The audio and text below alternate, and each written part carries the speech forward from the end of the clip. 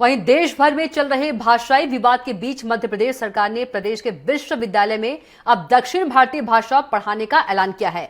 उच्च शिक्षा मंत्री इंदर सिंह परमार ने कहा कि प्रदेश के अलग अलग विश्वविद्यालयों से भाषाओं को चिन्हित करने के लिए कहा गया है। शुरुआती चरण में करीब 12 भाषाओं को पढ़ाया जाएगा। उसके बाद धीरे धीरे अन्य भाषाओं पर भी काम किया जाएगा।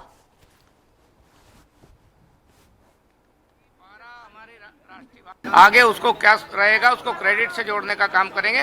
वो हमारे जो शिक्षा विभाग के एक्सपर्ट है वो उसको काम करेंगे। दक्षिण भारतीय भाषा आगे रहेंगे उनमें। बिल्कुल, दक्षिण भारतीय भाषा तमिल है, तेलुगु है, कन्नड़ है, मलयालम है, गुजराती है, मराठी है, ऐसी सब असमिया है, उड़िया, सब भाषाओं को एक एक हमारे विश्वविद्यालय ने 1 या 2 भाषा अपनी चिन्हित कर ली।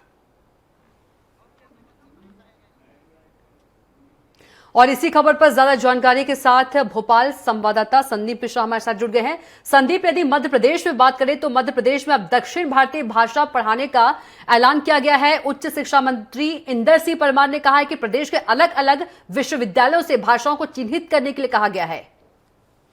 कविता, एक बड़ा नवाचार है और बड़ी घोषणा है प्रदेश सरकार की ओर से, और एक तरह से ये भी कह सकते हैं कि बड़ी कोशिश है। जिस प्रकार से आप देख रहे हैं कि देश के अलग अलग राज्यों में कहीं न कहीं भाषाई विवाद चल रहा है। महाराष्ट्र की बात करें तो वहाँ मराठी मानूस की बात हो रही है।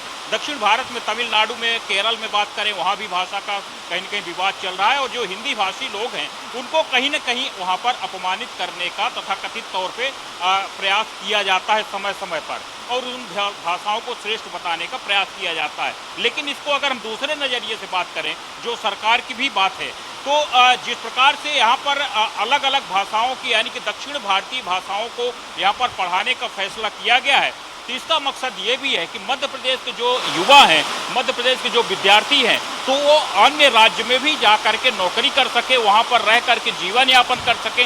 तो इस प्रकार से सरकार की एक बड़ी पहल कही जा सकती है।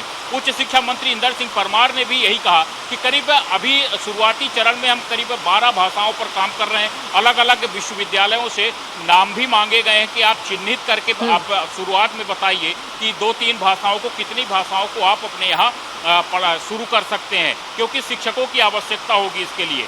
तो एक बड़ी पहल कही जा सकती है प्रदेश सरकार की ओर से, और ये भी कहा जा सकता है कि इस नवाचार के तहत प्रदेश के जो विद्यार्थी हैं तो उनको अलग अलग भाषाओं का ज्ञान देने की एक अच्छी पहल है, जो कि इसके माध्यम से वो न सिर्फ हिंदी पर निर्भर रहेंगे और न अंग्रेजी पर निर्भर रहेंगे, बल्कि जो देश की अन्य भाषाएं हैं उस भाषा का ज्ञान लेकर के उन राज्यों में भी जा करके वहाँ पर पढ़ाई भी कर सकेंगे, अन्य रोजगार के अवसर भी तलाश सकेंगे। तो एक अच्छी कोशिश प्रदेश सरकार की कही जा सकती है। बिल्कुल संदीप, जानकारी के लिए आपका बहुत ही धन्यवाद।